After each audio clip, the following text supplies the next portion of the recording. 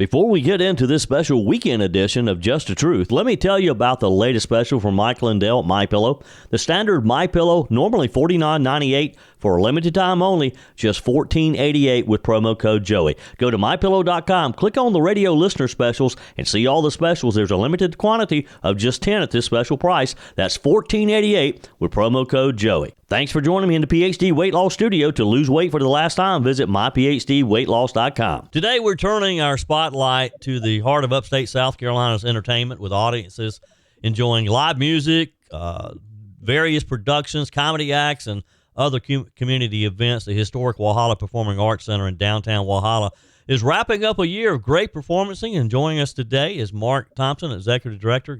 Give us a wrap-up of 2025 and give us a sneak peek at what's coming in 2026. Mark, it's always a pleasure. How are you, sir? Mr. Hudson, I always enjoy talking with you. We were off air for your listeners. We were off air for an hour just going over politics. So now we're going to talk about fun stuff. That's right. Yeah, that's right. We're going to lighten everything up because I know it's the holiday season and we want to talk about fun stuff, cool stuff, music, comedy.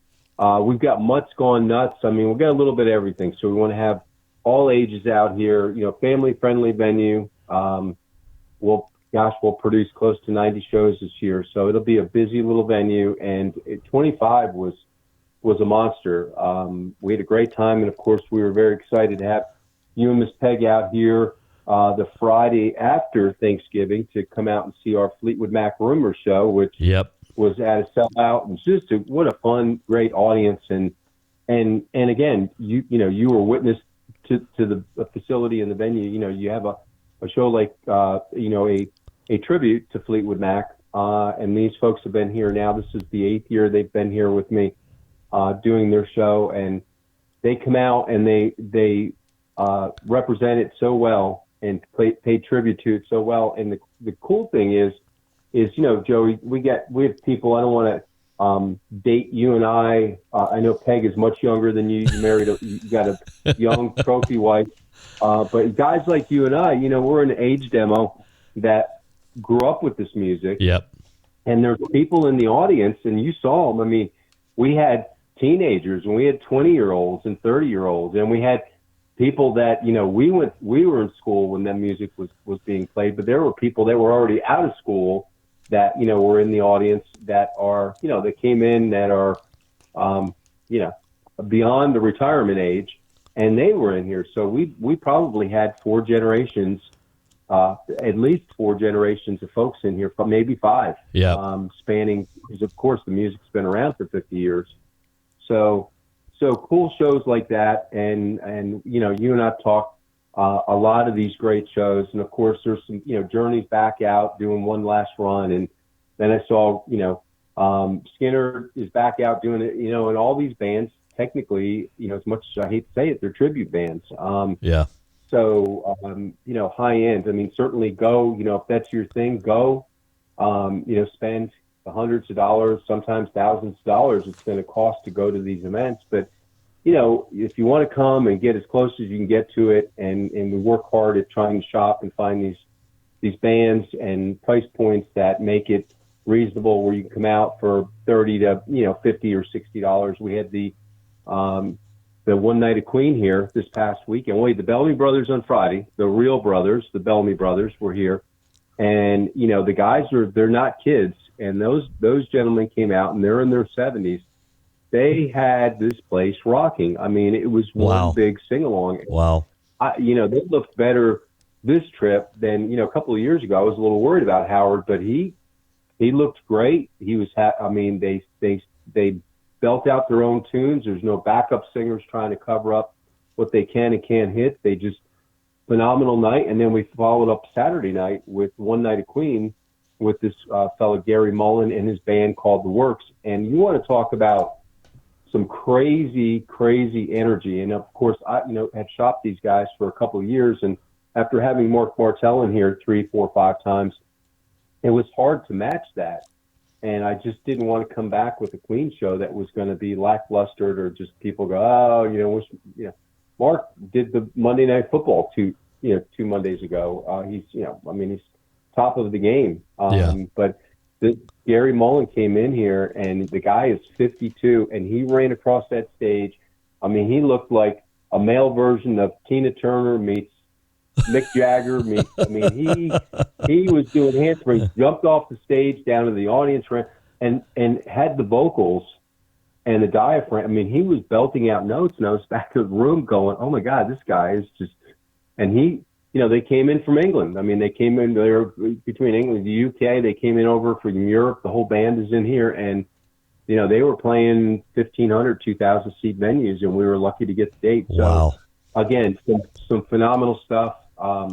We've got, which of course one of our top bands that does that is we've got Black Jacket Symphony will be here to close out not only the month but the season, which is fitting because they are have a big soft spot in our heart here at the WPAC.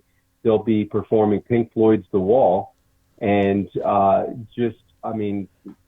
some of the best musicians and vocalists that are out there, and they'll bring them in here. And we'll have the digital wall. I mean, it'll be, stimulating. I mean, the senses will be overload for this show. And there's a handful of tickets. I think there's maybe 10, 15 pair of tickets left total. So if you're going to come, that's Saturday, December 20th. On the 16th, Tuesday the 16th, we've got John Cowan, who was for a period of time the bass player for the Doobie Brothers, and of course has got a lot of recognition there, but also very well known in the bluegrass, newgrass genre of music. And John's just a great guy. I know he's done some interviews in and around the area. He'll be here with Alan Shadd and then Brandy Colt and Andrew Crawford, who are very well known in our area here. So singer-songwriter night on the Tuesday. And then I say, Black Jacket. In fact, that will cap off our 8th anniversary with them. They did their first show here November or December of 2017. So 8 full years, at least 3 times a year in the building. So excited to have them.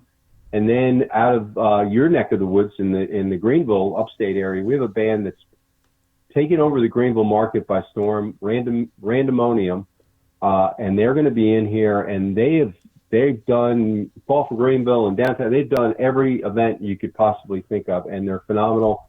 And like Black Jacket, they pay tribute to their musical heroes. So they're going to be coming in to kick off our 26th season on January 10th, Saturday, January 10th, and they're going to be doing a tribute to the 1985 Live Aid Festival. Wow. And they kicked off, their first show they had was over there in Greenville at the Radio Room, great facility there in Greenville. And they debuted the show there, and it was oversold. And I unfortunately didn't make it, but I got a lot of the footage from it and saw social media. The couple that fronts the band, they're phenomenal. They're great folks. They've got a great lineup behind them, and just hit everything, note for note. Again, kind of like a Black Jacket. So they'll be here. Then, of course, the Swinging Medallions, one of our greatest bands to come out of the state of South Carolina, will be here. We've got AC/DC's tribute. Back in Black will be in here. Jimmy Buffett's tribute, A1A, which is always all these shows. Fill our place up, sell it out. It was, Lone Star. There's just such a long list, Mark. I mean, it's just crazy with some of these groups. And you mentioned Fleetwood Mac earlier. I mean, had I just closed my eyes, I would have thought that I was listening to Fleetwood Mac. These groups that you get in there are just amazing. And as Mark mentioned, tickets sell quickly, so go to WalhallaPAC.com, WalhallaPAC.com to get your tickets early. Before we move on, I want to get into a special that you have coming up here pretty soon. But just a quick question: you're talking about all the great shows you had in 2025. Is there a particular show or a particular moment that you're most proud of for 2025? Well, we certainly. We had a great time. We had Josh Turner in here, Sarah Evans. Again, our Black Jacket shows always draw a large crowd. I think some of the biggest highlights for me in the last year and a half is the fact that we have taken this nonprofit building and taken it from just a retired schoolhouse that was ready to get bulldozed, and the lady saved it. And in the last year and a half, we've restored the second floor of the main structure, the front of the school. We're going to have a big surprise for everybody when they come back to see Randemonium. When they come in, the auditorium is going to get a facelift. Oh wow! We're going to give it a big splash over the Christmas holiday. So 3 weeks we'll be just in there, just hammering things out and freshen it up and give it a nice look. And we're adding some more lights. So ever evolving, but just bringing things into the facility. And I'm so thankful that we've got the community, again, we are a true nonprofit. We're not owned or run by the city or the county or governed by anybody. It's our place, sink or swim. Unfortunately, we can apply for hospitality and ATAX. But those are some of the great things. And I'm thankful that you and I have a friend and an ally here in not only the state, but in my county is Senator Thomas Alexander, yes. who is longtime buddy, great friend. And fortunately, he helps me at times navigate because we're a historic building also on historic preservation. So, there may be, the state and the government want to see these buildings continue to thrive and stay in our communities. And the government doesn't want to take them over and have to pay for them because that, of course, it's another taxpayer burden. So, but there are grants and funding to help folks, keep up buildings. Ours is, 120 plus years old at this point. So, so those are some of the great things. And, the community is really embraced now. We've come together, not only in Walhalla, but Oconee County in the Upstate. And we have great folks that come in from states away, from, Charleston people. They live in the vacation land, but they come here to vacation, to come up and they'll do some hiking and biking, and then they'll come and see a show or two and stay in our, short-term rentals here. So I think that may be the biggest thing for the year is the fact that we really have come a long way. Phil Shirley, the folks over at Visit Oconee, the tourism, it really, I think that they've got a great plan in place to navigate this where it's not overrun and we just don't throw it out on the street and let it, it's a controlled growth. Right. And I like that. I respect that for the area. Yep. So, those, some great. You've done just a great job. You're talking about the building, and I want to just spend a minute here on those two beautiful suites that you finished upstairs there. I mean, you couldn't find that in any city. Those two suites were just magnificent. You've done a great job with that. And hey, folks, if you're interested, all you have to do is go to walhallapac.com and you can book the suites on the website. So if you want to go over to Walhalla, spend the weekend, see some shows, but not have to drive back to Greenville or Spartanburg or Gaffney or wherever you're coming from, you can stay right there at Walhalla Performing Arts Center. So, Mark, kudos for that. I hope it's gone well. But those are just beautiful suites. We thank you, Joey, and we love them. And I know you saw our latest marketing piece that we put out. And it's got a feel for, back 20 years ago. I know when I was lucky enough to be downtown Greenville and be a part of all the excitement and things that were going, heads and beds and things. We're doing a kind of a stay and play type of concept where, we'd love for folks from Greenville to come over, or Anderson, or they come in from Spartanburg, or they're coming in from Asheville or Atlanta, and get out of town. We know people aren't going to pack up. I mean, it's a great place to be, but we're a day trip. You can come in, sure. But if you want, come and see a great show, but at the same time, stay in town. We've got some amazing waterfalls, some of the greatest waterfalls east of the Rockies, and the largest concentration of lakes and hiking trails. And we got the only bike trail on the East Coast that's open year round. So some cool stuff that's here, make it a full package. And we're really excited and proud to pull all that together. So, and with that, and you and I talked earlier, we are going to, if you get on the WalhallaPAC.com website, if you're not on the list and you want to see some of these great shows, get on the mailing list. We're not going to send you a bunch of junk. We're just going to give you updates on shows. We do Walhalla Wednesday once a week, and then we do one on the weekend just to kind of keep you updated on what's coming in or what's selling out or, where we're at. But we're going to launch this Friday, the 12 Days of Christmas, and we will do At 12%, we're not hand-picking shows that are not selling well. This is going to be every single show that's on the website right now. There's about 70 on there right now. And you can pick and choose any one of these shows and get this 12% off. Buy what you need, what you want. We have gift cards on there, stocking stuffers.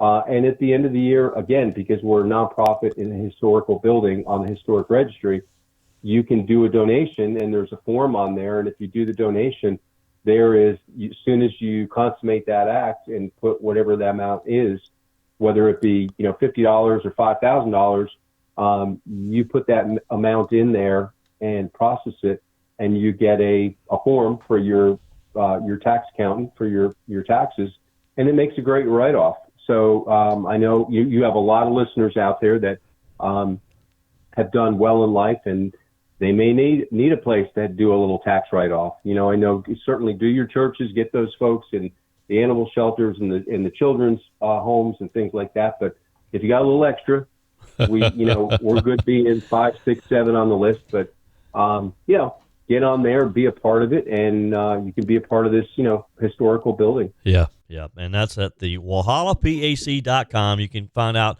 additional information about all the upcoming shows. You can book your suite there. You can also make a donation for this great group here in the Upstate. Mark Thompson has just done a wonderful job, and he has a whole team of people over there. There's volunteer opportunities too. Yes, he needs donations. He'll take your money, but he also needs your time as well. So if you're in the area and you'd like to help out, there's a lot of volunteer activities there as well. Mark, it's always a pleasure. What a great year, and I'm looking so forward to 2026. It's going to be a good one.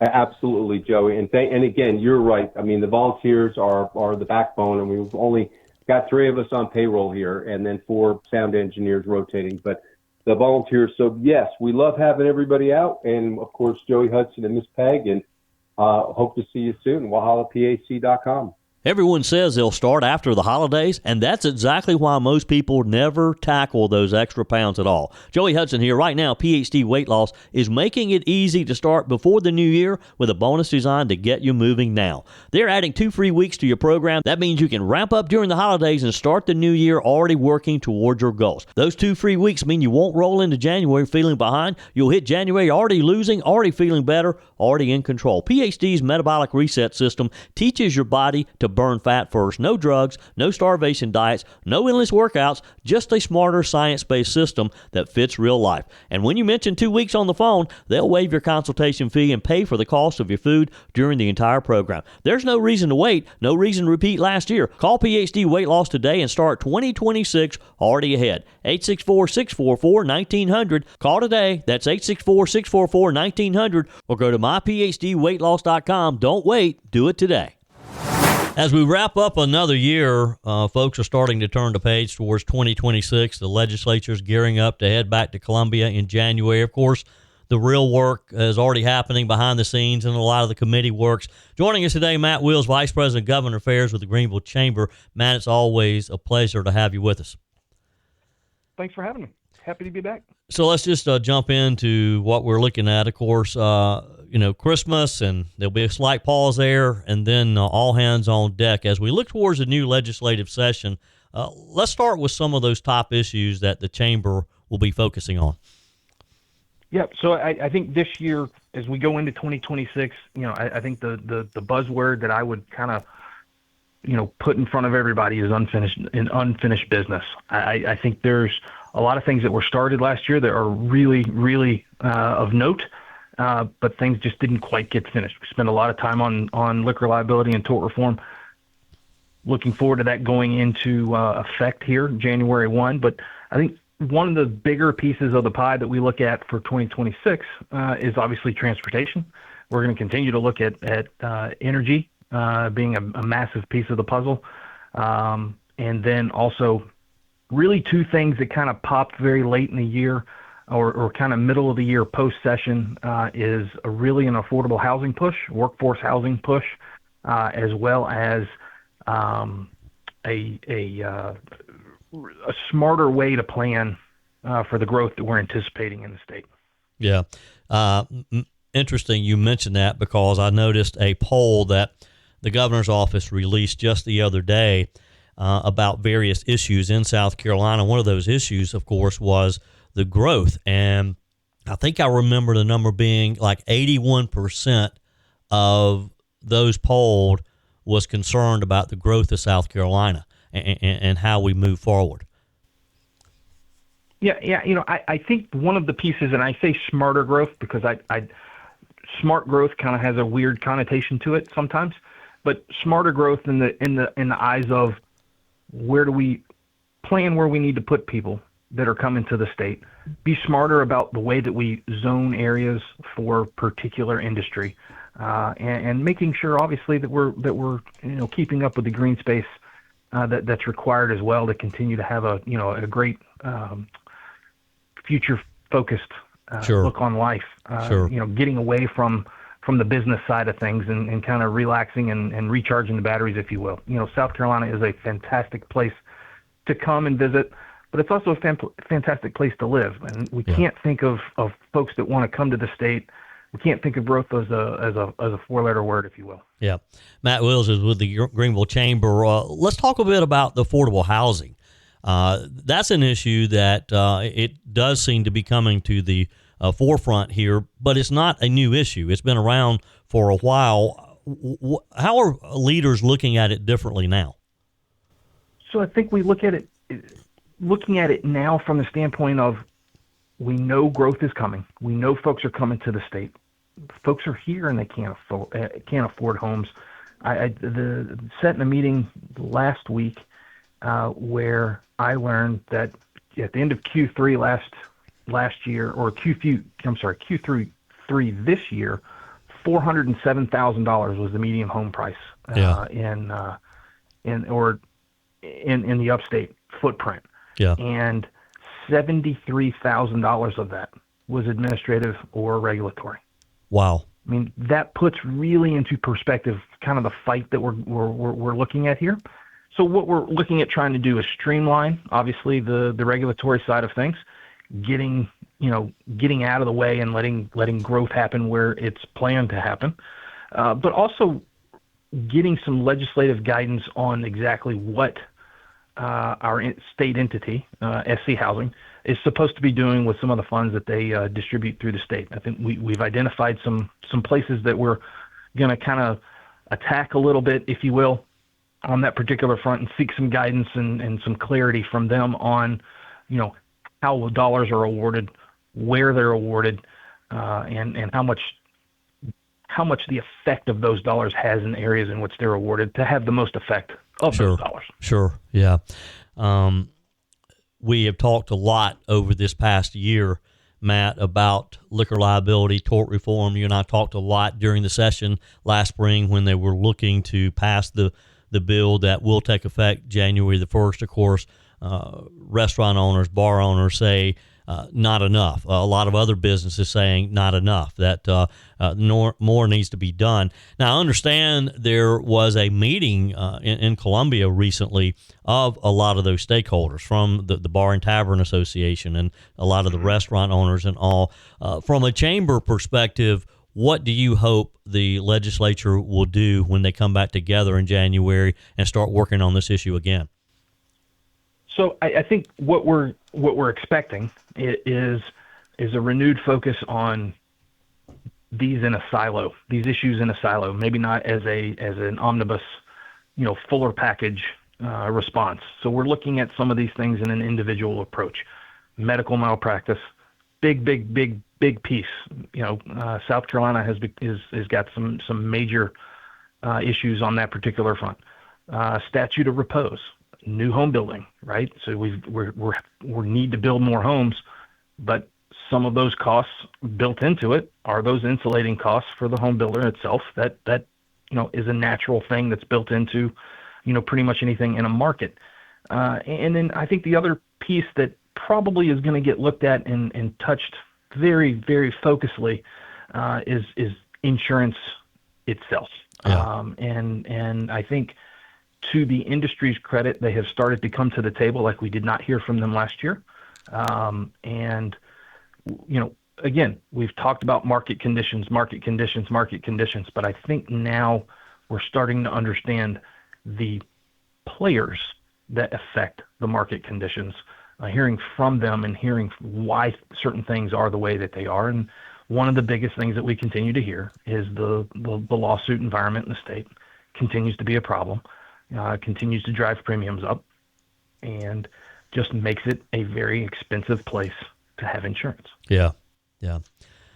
You mentioned also one of your issues is energy. A lot of focus on nuclear energy. Of course, we've got those two reactors that are a shell of a reactor right now, that VC Summer, that have been sitting there for years now, billions of dollars thrown into that. It looks like maybe we're headed in the right direction with that, though. The state got some great proposals back. There's some deals. There's a deal on the table. What's the chamber's perspective on that, and do you think that's going to probably eventually come through? So no matter how we get more electrons on the grid, no matter how we distribute those electrons, and no matter how we transmit those electrons, the fact that we need to add electrons to that grid is the entire starting point here. Yeah. And the more things that we can do to create and to get them to the user, we have to address, we have to look at. And we face a very serious problem with the infrastructure that's in place. We have to grow that infrastructure. I believe the rate that was described last year is grow at 100% in the shorter amount of time than it's taken us to get to where we are currently, which is, when you think about it on the surface, it's very daunting. But I think when you get to the actual nuts and bolts of it, it becomes even more daunting. I am very optimistic that we are going to see not only the new natural gas natural gas plant come online here in the future that was authorized. I have no doubt that we're finally going to get it right on the nuclear side, and really getting the state out of managing that and really getting it back into the hands of folks that do it for a profession and do it for a living. I think that's a very positive first step. But to the state's credit, they recognize that there's a problem coming. The problem's here, and it needs to be addressed. And our folks that are elected down there to do that are doing a fantastic job. We just need them to do more. Yeah. Our guest today, Matt Wills, Vice President of Government Affairs with the Greenville Chamber. Let's shift a bit here to income tax. We know lawmakers have been chipping away at rates the past few years. What's the chamber hoping to see this session? Are we looking at further rate reduction, simplification, something entirely different? So I think we're probably looking at a version of what we saw pass the House last year. So that bill that we saw last year, and forgive me, the number of it is not on the forefront of my head, but we saw an initial bill passed. It got revised, thank goodness. And then it is now in Senate Finance, waiting for session to begin to get some work done to it, to get it passed and get it, some real rate relief for South Carolinians.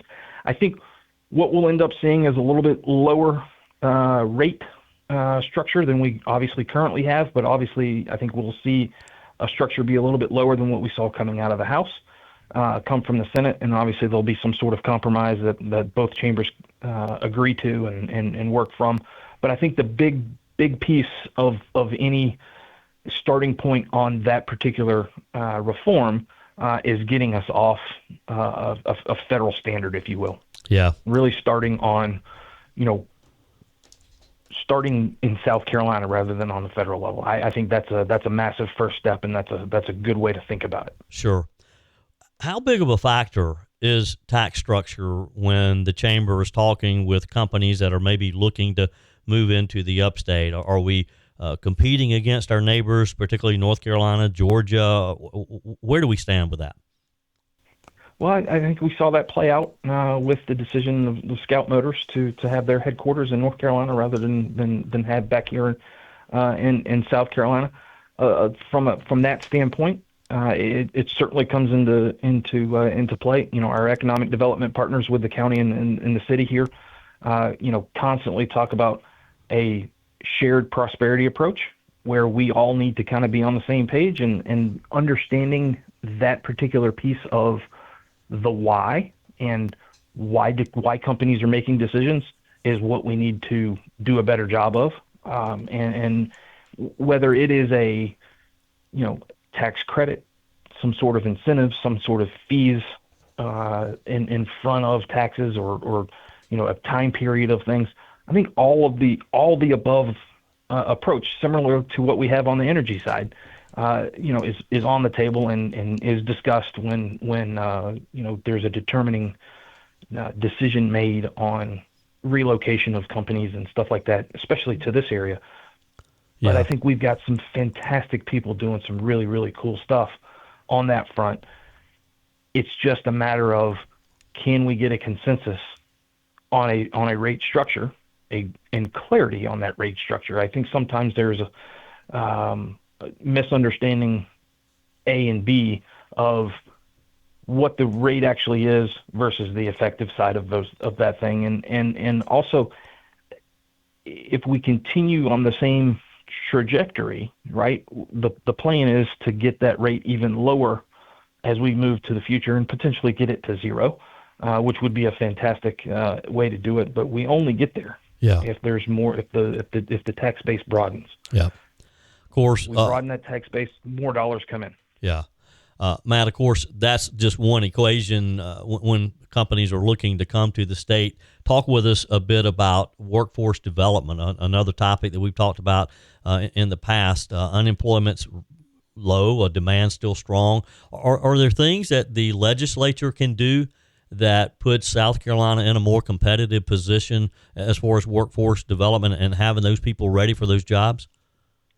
Well, I think the legislature's done a fantastic job of recognizing that the leadership at our state universities, our technical colleges, shout out to Dr. Miller here in Greenville, specifically at Greenville Tech, have done a fantastic job of recognizing their nimbleness to change to a demanding to the demand of the workforce and employers in the area, has allowed an environment to really blossom, to allow workers to reskill, upskill, to be able to take some of these jobs that are coming in that are massive pieces of the economic puzzle here in the Upstate.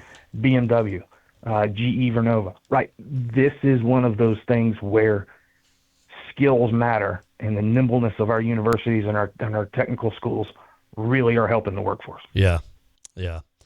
Matt Wills is my guest. He is Vice President of Government Affairs with the Greenville Chamber. For additional information about the Chamber, you can visit greenvillechamber.org, greenvillechamber.org. Matt, in our final minute or so together, what are some things that Greenville area businesses, if there's a business person listening to us today, how do they stay plugged in with what you guys are doing at the Chamber in Columbia? Certainly. So during session, 16 weeks or so, I offer a weekly update to folks that want to get it. It's not required to be a chamber member to receive this email. You can just reach out to me at mwills@greenvillechamber.org, and I can certainly get you to that list. But one of the bigger pieces that we try to really get folks to kind of listen to, and the medium that is on that front is not necessarily the social media side of things, but really kind of understanding it's not just us doing this, right? We've got some fantastic partners. We've got our Metro Chamber Coalition partners, which are the 5 major metros in the state, including Charlotte, with the collar counties in South Carolina. We've got our Upstate Chamber Coalition, which is 12 smaller chambers throughout the Upstate, including one Spartanburg, that really help us move message out. And the biggest piece of that is just staying engaged. So if you reach out to mwills at greenvillechamber.org, I can get you on the list, get you signed up, potentially to participate in our business advocacy committee. Certainly can come to any of our events in 2026 to kind of hear what's going on. We like to have movers and shakers from the elected world, non-political world, kind of talk about what is happening. Just this past August, we had a Federal Reserve chairman from Richmond come and give an economic outlook for the last half of the year. Our DC trip in September last year, we had a fantastic time with Treasury Secretary Scott Bessent. We look forward to go back to DC in September next year to hear a little bit more from the administration, a little bit more from our partners, our delegation. Senator Graham has been a fantastic resource to us. Big time shout out to their staff here in the Upstate. Representative Timmons, Senator Scott's team, they're fantastic as well. So we're really plugged into what's happening. It is a matter of what you want out of your chamber membership. Should you be a member of the chair of the chamber? But one of those big pieces is taking that first step to say, all right, well, tell me what's going on. And like I said, mwills@greenvillechamber.org. I can get you signed up on that email list, and that's the first step. Sure. We give you all the information to get any more information that you want. Again, it's up to you how you take it. Sure. Matt, it's always a pleasure. Hope you have a great Christmas, and I'm sure we'll be talking with you again come January. I look forward to it. Merry Christmas to everybody. Look forward to talking to you guys soon. Sure thing. That's it for this special weekend edition of Just the Truth. Thanks for joining me in the PhD Weight Loss Studios. To lose weight for the last time, visit myphdweightloss.com. If you haven't joined my mailing list yet, visit my website, joeyhudson.com. Click on the Connect with Joey button so that you can receive our emails and the most up-to-date news. Also, join me on my YouTube channel. Be sure and like, comment, and subscribe. Just search for Joey Hudson. As always, thanks for spending a few minutes of your day with me. Do me a favor and forward this episode to a few friends. Just click on the share button and send to your contacts. We need to build an army of conservatives to win our country back, and we can do that by continuing to share the truth with our friends and family. Keep those comments coming via the Furman Ford text line 864-477-JOEY. Email to joey@joeyhudson.com, and I love your messages on the MyPillow message line. Again, that's 864-477-JOEY, 864-477-5639. Be sure and take advantage of the MyPillow special, just $14.88 on the standard MyPillows when you use promo code Joey. Order online at mypillow.com or call 800-893-4053. We're back again tomorrow and hope you'll plan to join us. Until then, remember, God's got this. He's still in control.